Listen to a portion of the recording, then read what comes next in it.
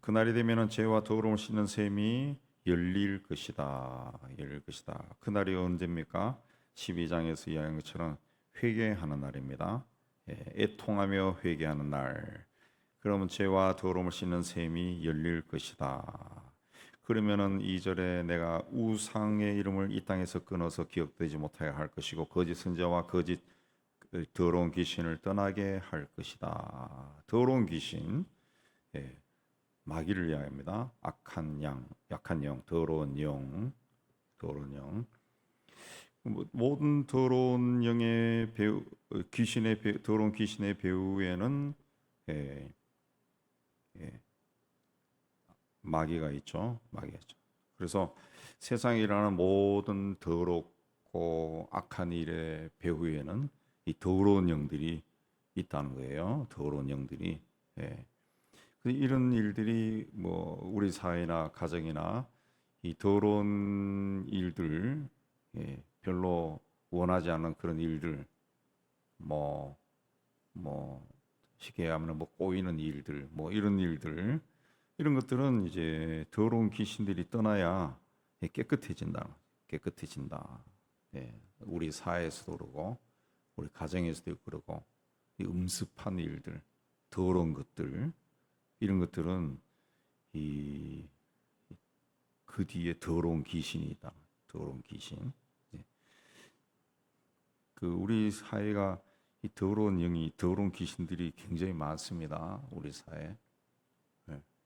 왜냐하면 그 한반도 자체가 제가 여러 번 이야기했지만 북한이라는 나라가 하나님께 대적하는 나라 아니요? 하나님께 공산주의 자체가 하나님을 부인하는 거고 거기서 기독교인들 뭐 중국 같은 케이스도 나오지만 기독교인들 같으면은 엄청나게 탄압을 받잖아요. 예. 그러니까 그 뭐 휴전선이 있다 해서 영들이 안 다니는 것이 또 아니고 그러니까 이 우리 사회도 그 소위 경제적으로는 이 선진국이라 하지만은 도덕윤리정이나 기타 이 사회 의식이나 이런 것들 보면은 굉장히 더러워요. 더러운 일들이 많이 일어난다. 이 나라가. 그런 것들이 이제 더러운 귀신들이 떠나야 깨끗해진다는 거죠. 깨끗해진다. 그러니까 하나님의 영이 역사해야 이 더러운 귀신들이 떠나는 것이죠. 그래서 우리 한국의 기독교인들은 성령 충만을 많이 구해야 됩니다. 성령 충만은 기도원에 가서 받는 것이 아니고 성경에서 말한 대로 성령 충만을 구하라. 구하라. 지금 이 자리도 성령 충만을 구하면 됩니다. 늘 성령 충만하게 해주세요. 그렇게 이야기하면 돼요. 그렇게 하면은 하나님이 더러운 귀신들을 다 떠나게 한다. 죄와 더러움을 씻는 셈이 열릴 것이다. 이게 부흥입니다. 부흥, 리바이벌은 생명을 다시 부여한다는 그런 뜻인데 부흥이라는 것은 우리 이 땅의 교회나 교인들은 사람이 많이 모이고 막 교회가 커지고 건축을 하고 그럼 부흥했다 그 이야기인데 그게 아니고 더러운 귀신이 떠나는 것이 부흥입니다. 더러운 귀신이 영이 떠나고 사람이 깨끗해지는 거, 죄와 더러움에서 씻어지는 거, 그게 부흥이에요. 부흥. 하나님이 다시 살리는 거지. 그 사람을 다시 살리는 겁니다. 그게 부흥이에요. 부흥. 그냥 부흥은 내 개인에게도 오는 거죠. 리바이벌, 다시 살린다. 3절에 보면은 여호와의 이름을 빙자해 거짓말을 하는 사람. 이 선지자, 이 2절에 거짓 선지자라고 그랬죠. 여호와의 이름으로 거짓말한다라고 하는 것은 이제 거짓 선지자라 그리하는 거죠. 선지자는 하나님의 자신에게 임한 하나님의 말씀을 받아서 세상에 전하는 자입니다. 그렇기 때문에 정치 지도자들 또 종교 지도자들과 갈등이 일어날 수밖에 없습니다. 그래서 성경에 보면은 핍박을 받고 심지어 죽임을 당하기도 하고 그랬습니다. 근데 이 참 선지자가 있으면은 거짓 선지자가 또 있기 마련이죠. 거짓 선지자는 당대에 어떤 부를 추구하며 이 아부하는 자들이죠. 아부하는 자. 예. 그래서 그 선지자들이 그날의 선지자들이 예언할 때 거짓 선지자들이 이야기할 때 그 환상을 갖기 부끄러워할 것이다. 부끄러워할 것이다. 오늘 우리 시대에도 그 우리 그리스도인들도 이 환상 같은 걸 어떤 신비적인 현상을 굉장히 원한다고요. 신비적인 것을. 예. 근데 그 저도 젊은 시절에 신비적인 것을 원해서 그런데 쫓아다니기도 하고 조금 경험하기도 했지만은 그건 지금까지도 아리송해요. 그게 진짜인지 가짜인지. 예. 근데 이 성경에 보면은 그 하나님의 뜻이 있습니다. 이 성경을 주신 하나님의 뜻이 있어요. 그래서 우리 시대 사람들은 이 성경을 굉장히 중요하게 여겨야 됩니다. 굉장히 중요한. 이 환상이나 이런 신비적인 것은 그 인간이 감성을 가지고 있기 때문에 우리 눈에 그냥 쏙 들어옵니다. 우리 마음 어디서 어떤 현상이 나타났다 그러면 가보고 싶고 나도 체험하고 싶고 막 이런 것들이 막 우리 마음에 일어난다고. 그래서 그런 걸 통해 가지고 사람을 조종하기가 굉장히 쉽죠.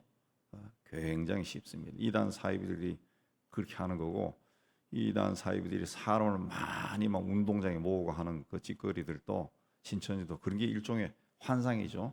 봐, 왜 이 사람들이 이렇게 많이 모이겠어? 할 말이 없는 거죠. 일반 좀 약한 사람들은. 근데 중요한 것은 이 하나님이 이 마지막 시대에 주신 것은 그 환상이 아니고 말씀이란 거예요. 말씀.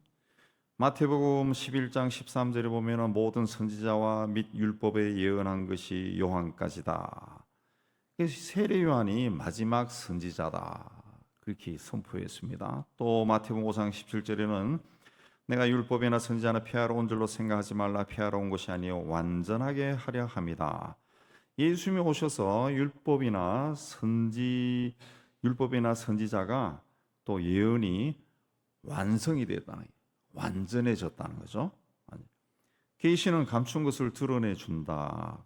드러내 보여준다. 그랬는데 하나님께서 예수 그리스도를 통해서 하나님을 드러냈습니다. 보여주셨어요.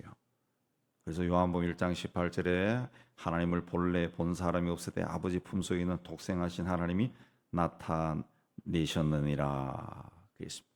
또 요한복음 14장 19절에는 예수께서 가라사대 빌립아 내가 이렇게 오래 너희와 함께 있으니 내가 나를 알지 못하느냐 나를 본 자는 아버지를 보았거늘 어찌하여 아버지를 보이나 하느냐. 그랬습니다. 하나님께서 예수 그리스도를 통해 당신을 보여주셨어요. 보여주셨어요. 이제 우리에게 필요한 것은 성령으로 충만해서 그 성령께서 이 조명해 주시는 거, 빛을 비춰 주시는 겁니다. 그래서 요한복음 14장 26절에도 보혜사 곧 아버지께서 내 이름으로 보내실 성령 그가 너희에게 모든 것을 가르치시고 내가 너희에게 말한 모든 것을 생각나게 하실 것이다. 그 성령께서 예수 부활 승천 후에 오신 성령께서 이제 모든 사람들에게 임하여서 그들에게 영감을 주고 깨닫게 하고 가르치고 인도하겠다 그랬습니다. 그래서 우리 시대에 성령께서 오신 후에는 이 성경 말씀을 읽어야 되는 거예요. 성경 말씀을 읽으면 성령께서 우리가 읽는 이 성경 말씀을 깨닫게 하시고 이 성경 말씀을 통해 우리에게 하나님의 뜻을 보여주신다는 거죠. 보여주신다. 계시한다는 것이 계시. 말씀을 통해 계시하는 거예요. 오늘 우리 시대에 어떤 개인이 자기가 하나님부터 말씀을 받았다라고 하는 것은 이게 하나님의 말씀을 이름을 빙자하여 거짓말을 하는 것일 수도 있습니다. 그러니까 왜 이단 사이비가 이 시대에 막 들끓느냐? 특히 한국에 성경을 안 읽거든요. 성경을 교회는 다니지만 성경은 거의 안 읽어요. 성경 안 읽어요. 뭐 왜 안 읽냐 그러면 어렵다. 왜 어려울까요? 안 읽으니까 어렵지. 자꾸 읽으면 쉬워요. 제가 예전에 전도사에 있던 교회 그 권사님은 뭐 그냥 초등학교만 나왔어. 초등학교만. 근데 그 양반이 성경을 수백 번 읽었을 거예요. 왜 어떻게 그 성경을 빨리 읽어요? 그러니까 아예 한 번 읽고 두 번 읽고 자꾸 읽으니까 나중에는 그냥 술술술 넘어간대. 술술술. 예. 술술술 넘어간다는 것은 깨닫는다는 것은 다 깨닫는다, 알게 안다 그런 뜻이거든요. 그런 뜻. 성경을 읽어야 성령께서 그 내가 읽는 성경 말씀을 통해 나에게 깨닫게 해주는 것을 체험할 수가 있다. 그 자꾸 깨달으면은 예수 그리스도를 인격적으로 만나게 되고 예수님이 누군지 하나님이 누군지 알게 되고 그러면은 어떤 사입이 이단 할배가 온다 할지라도 안 넘어가죠. 안 넘어가죠. 예. 성경을 모르니까 누가 와서 솔랑솔랑 그러면은 그래? 나는 지금까지 20년 교회 다니는데 그런 말 못 들었는데 참 희한하다. 나도 한번 가볼게. 갔다가 그냥 마귀의 밥이 되어버리는 거죠. 마귀의 밥이. 예. 예수께서도 그때 사람이 너에게 말하되 보라 그리스도가 여기 있다 보라 저기 있다 해도 믿지 말라. 신천지가 사람들로 그렇게 많이 간다는데 신천지의 그 이만이 늙어 빠진 거의 90 다 된 할배를 성령이라 그런다. 성령. 그 사람을 어떻게 성령이라 그러면서 섬기는지 그 참 이해할 수 없는데 악한 영이 들어가면 믿는다는 거지. 믿습니다. JMS도 그 얼마나 지저분합니까? 우리 세속적으로 보더라도. 근데 그 악한 영에 빠져버리면은 그 사람 앞에 설면은 아랑드롱보다 더 멋진 사람 앞에 서 있는 것 같은 착각이 일어난다니까.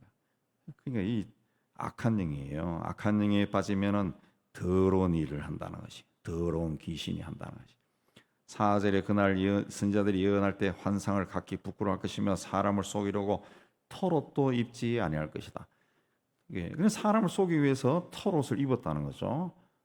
거짓 선지자일수록 자기가 참 선지자라는 것을 나타내려고 가장을 한다는 거죠. 가짜일수록 잘 꾸밉니다. 가짜일수록 진짜 같아. 예. 가짜일수록 진짜같이 꾸미고 다니. 근데 5절에 보면은 말하기를 그들이 이제 이 돌아온 겁니다. 나는 선지자가 아니요 나는 농부라 내가 어렸을부터 사람의 종이 되었노라 할 것이요. 그랬습니다. 털옷을 벗은 자들이 이제 죄와 더러움으로 씻긴 거죠. 내가 어디 선지자입니까? 나는 농사나 지어 먹던 사람이에요. 예. 젊어서부터 미천이라고는 땅밖에 없고 내 일하는 것밖에 없지 뭐 이렇게 이야기한다는 거죠. 1절에 보면은 죄와 더러움을 씻는 셈이 열리리라. 계속 열려 있다는 거죠. 열려 있다. 죄와 더러움을 씻는 셈이 열려 있다. 예수 그리스도를 이해합니다. 예수 그리스도는 죄와 더러움을 씻는 셈입니다. 셈.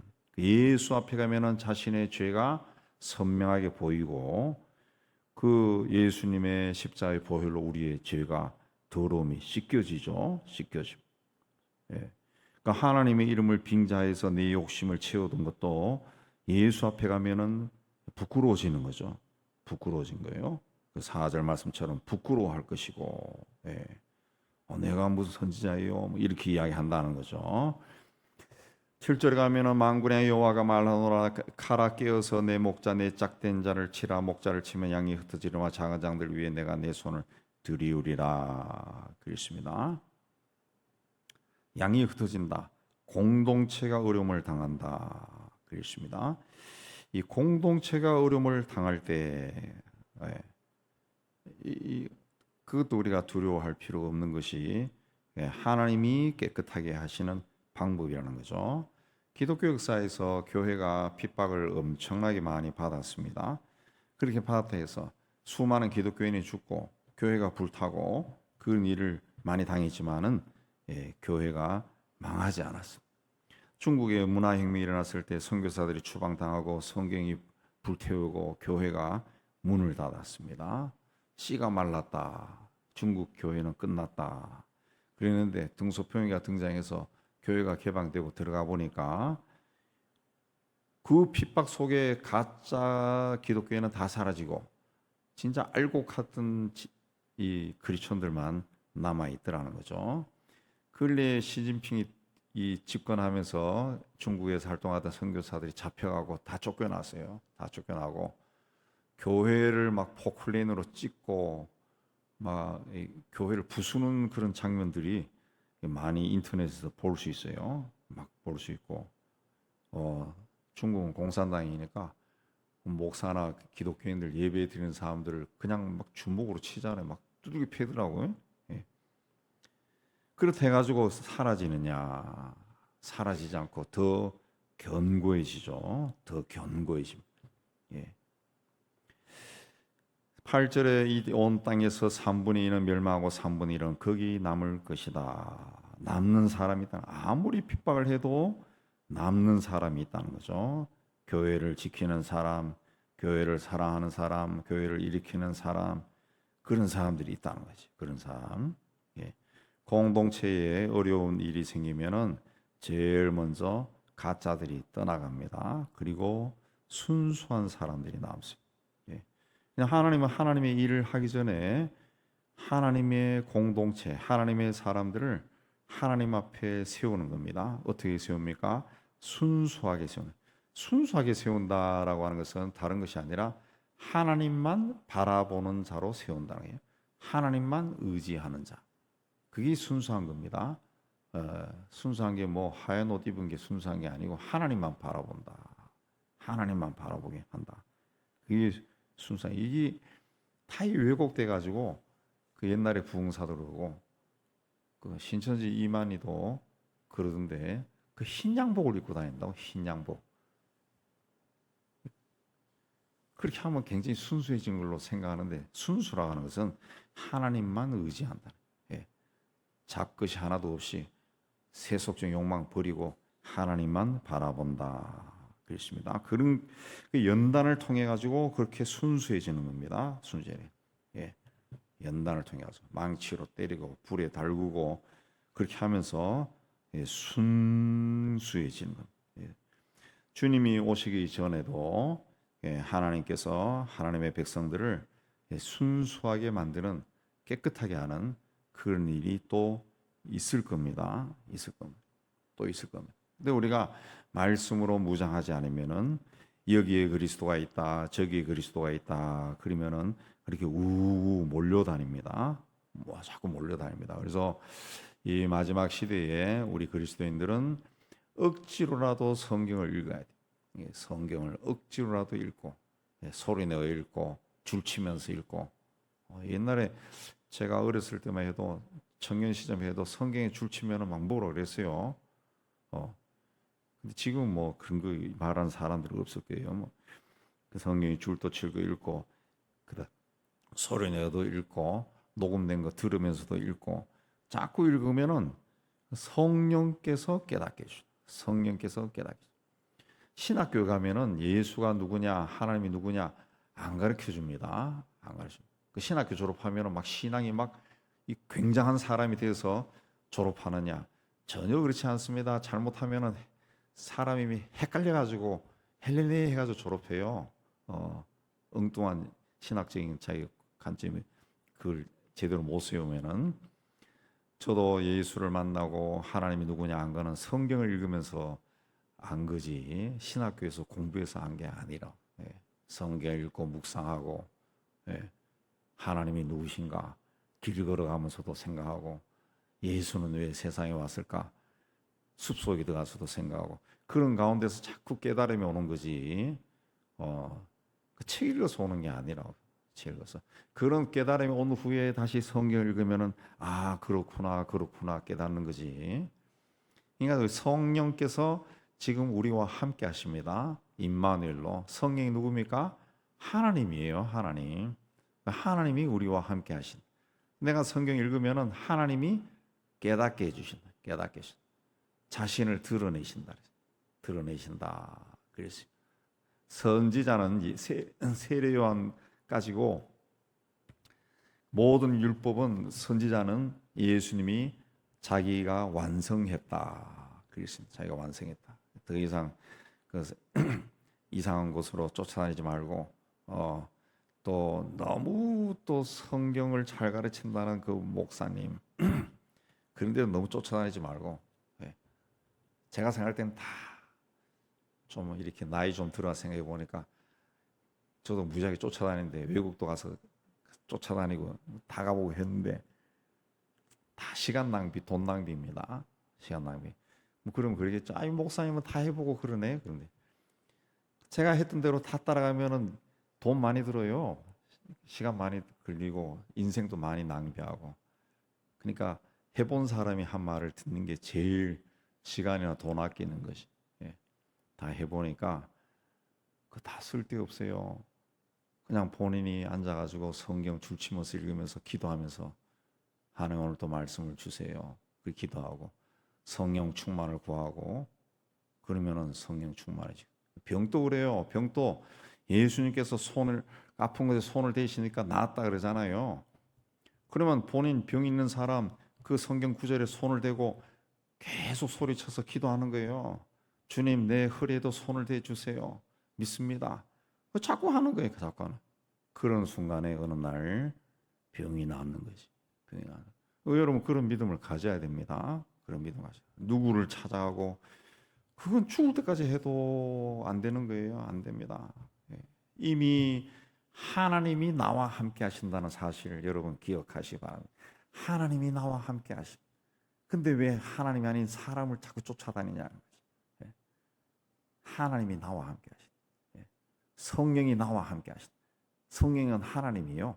하나님은 성부, 성자, 성자 우리가 이렇게 이야기하지만은 그건 하나님을 우리가 어떤 분이다 이퀄 답을 내릴 수 없어요. 그러나 하나님이 우리와 함께 하신다 분명히 이야기했습니다. 그리고 내가 예수를 믿고 난 다음에 성령이 나와 함께 하신다. 성령이 나와 함께 어떻게 하느냐? 성령이 아니고는 너희가 예수를 주라고 말할 수 없다 그랬어. 내가 예수님을 주님 주님 그러잖아요. 그럼 성령이 나와 함께 하시는 하나님이 나와 함께 하시는데 어디 자꾸 가서 기웃거리고 그렇게 할 필요가 없다.